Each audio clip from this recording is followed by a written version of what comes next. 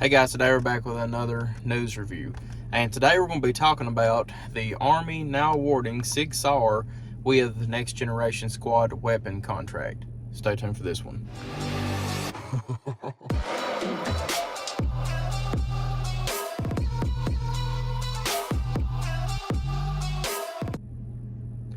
Alright guys, we're back. Once again, today we're going to be talking about the Army awarding the Next Generation Squad Weapon contract to Sig Sauer. As a lot of y'all know, this has been in talks now, really, to my knowledge, for about 2 years.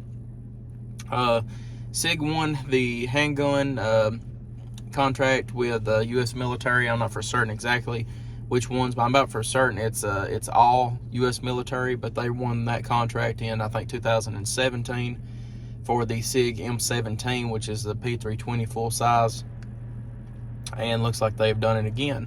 So this come out on April 19th, 2022. I was doing my own research first and get a lot of information to gather for this video before I actually made it, and just reading you the best update on it, or the actual news release from usarmy.com, and it says the U.S. Army announced the award of 10-year firm fixed price to follow on production contract to Sig Sauer Inc.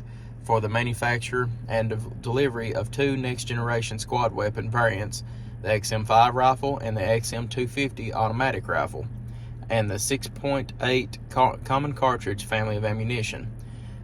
This award was made following a rigorous 27-month prototyping and evaluation effort, including numerous technical test and soldier touch points of three competing prototype systems.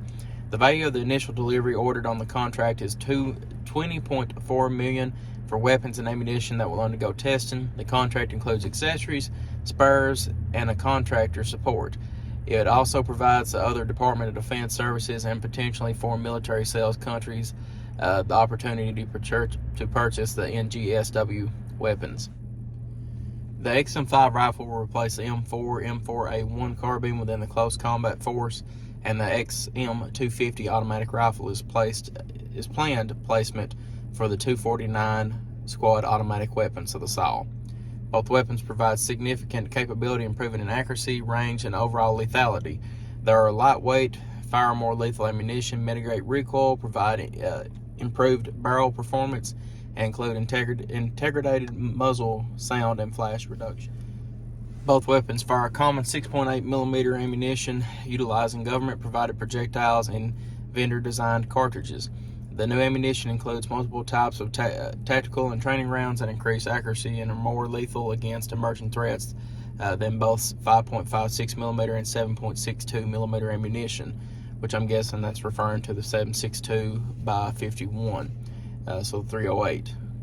The XM5 and the XM250 will be paired with the XM157 fire control and a ruggedized advanced fire control system that increases accuracy and lethality for the close combat force.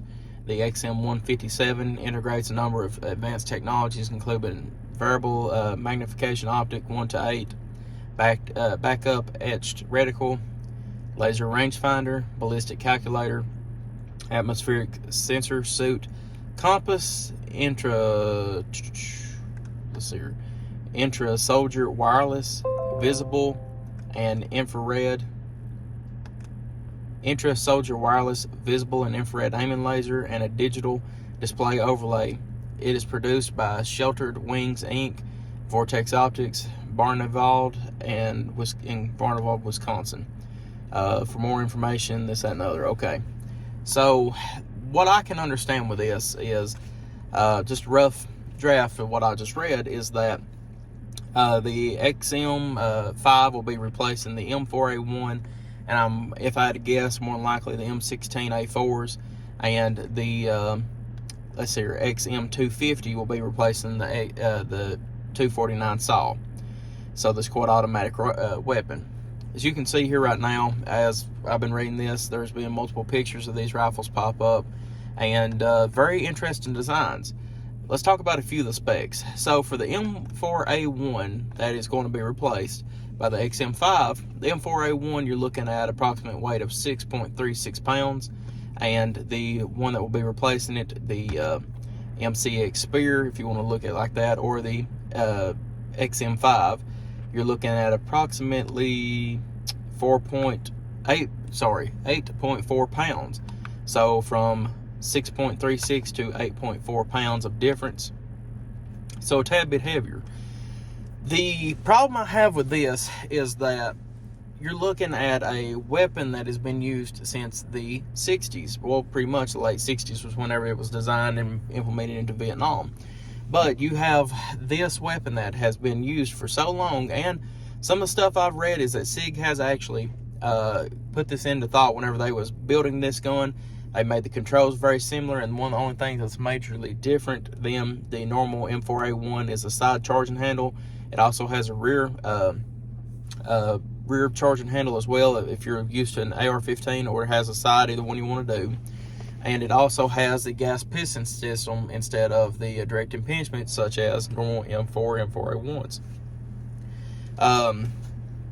One of the biggest things as well is that this gun is going to be based off of a, say, 308 or AR-10 6.5 Creedmoor build. So with that, you're looking at a lot bigger and harder or more unwieldy gun than an M4A1. M4A1 is a 14.5 inch barrel with a flash hider on the end of it. Most of the time, if you don't get the pin and welded one, which the Army doesn't, you would add approximately an inch to that. So overall length barrel with just flat normal flash hider A2, you're looking about 15.5 inches. With this one right here, you're looking at a 13.5 inch barrel, and it's going to be running the more powerful 6.8 caliber bullet.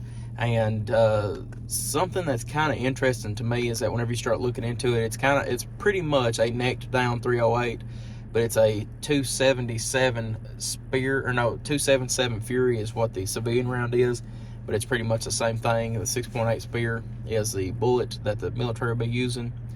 So that being said, you're looking at close to 308 Winchester ballistics, pushing about around 2,700 foot per pound of energy to 2,800, depending on your bullet and everything like that. But out of the 13-inch barrel, you're still looking with about the 2,700 foot per pound of energy range. So a very interesting round, and from what I can tell, though, looks like a very well designed round overall.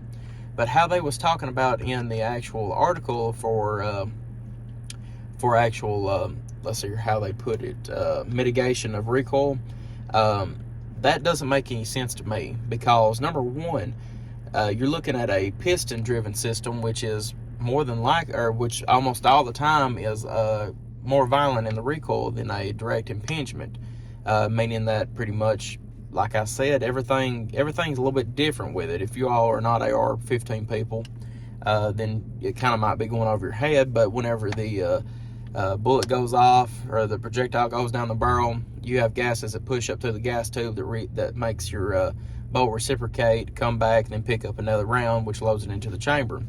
With a piston system, whenever the gas comes out from behind the barrel, once a bullet's been shot and the projectile's going down the barrel, the gas pushes a rod back, which forces the bolt carrier back to eject around and pick up another one.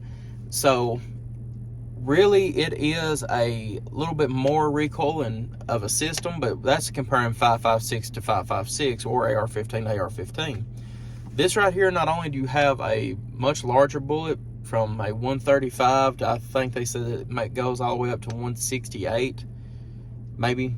I'm seeing 135 right here for sure, not for certain on the 168, but I think I've seen that somewhere, which that's a normal standard weight for a 308 round. But you have a 135 grain bullet, and you have, say, on the AR-15, the most that I've seen can get up to is about a 72, maybe even close to an 80, but that's about as heavy as you can get.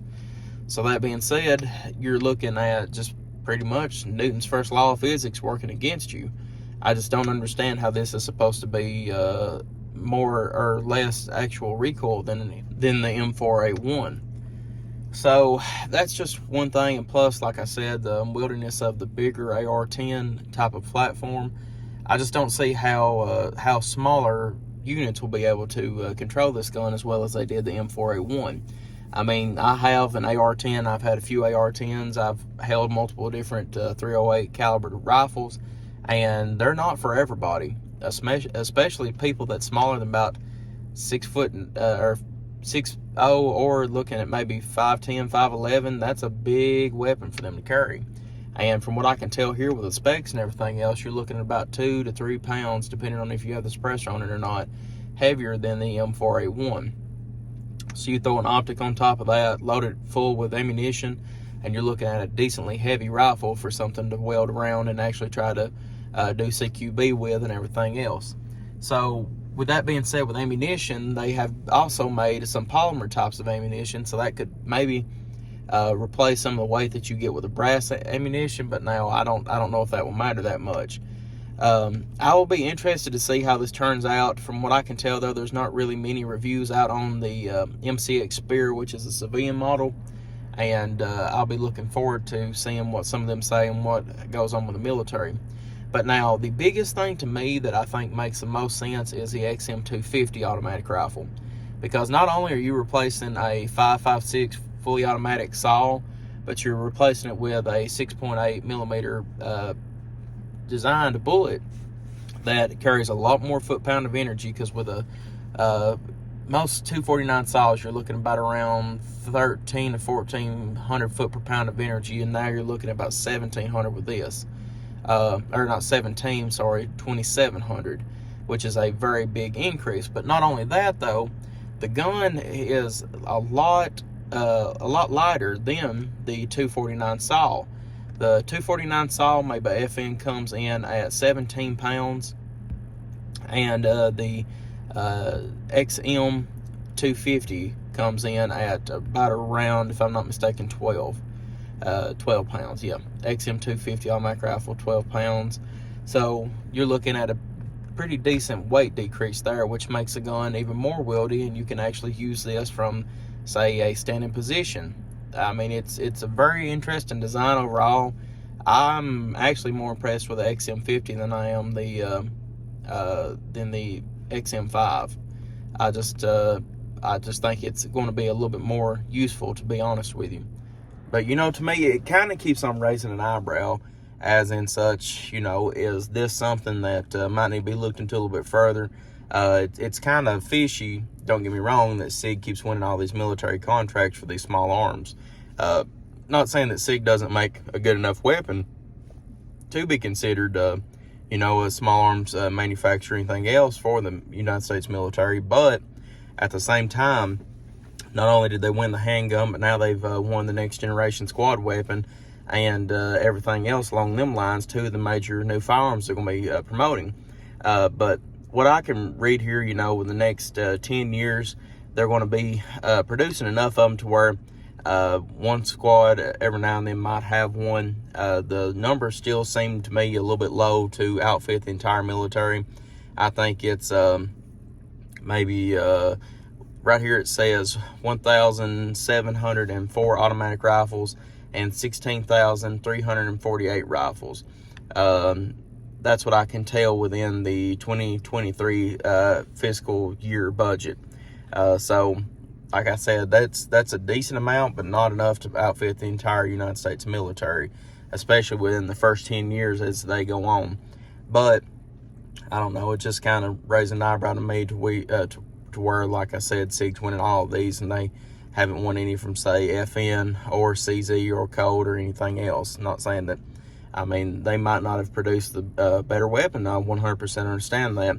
But most of the time, as you all know as well, that's with any military or law enforcement contract, that most of the time the cheapest bidder that does supply the most decent firearm is one who ends up winning it, not the one who actually produces the most or the better firearm in the end. It's whoever can produce the weapon that can get the job done at the cheapest quoting, if that's easier said than done. But like I said, very interesting concept overall, and I'm looking forward to seeing how this 6.8 caliber firearm will even change the commercial for civilian line of firearms, because in the next coming years, this could push maybe the 5.56 or the 223 out the door, and introduce this one into the as a new weapon for civilian contracts and law enforcement contracts, that even with that.